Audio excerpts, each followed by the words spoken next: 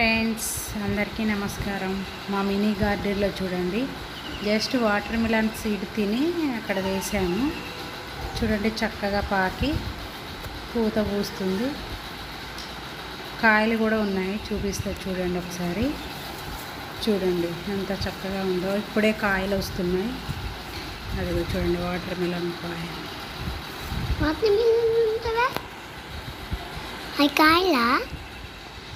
Water melon ఇప్పుడు చిన్న చిన్న పిందెలు చూసారు కదా ఎలా ఉందో, చాలా చక్కగా ఉంది కదా. సైడ్కి రండి, ఇక్కడ వచ్చేసి దోస తీగ. ఇవి దోసకాయలు మీకు అందరికీ తెలుసు కదా. ఇవిది కూడా అంతే, జస్ట్ కట్ చేసి అక్కడ వేస్తే అట్లా వచ్చాయి. ఇటు రండి, ఇక్కడ తర్వాత దొండ తీగ. ఇది దొండపాదు అంటారు. ఇది అందరి ఇళ్ళల్లోనే ఉంటుంది.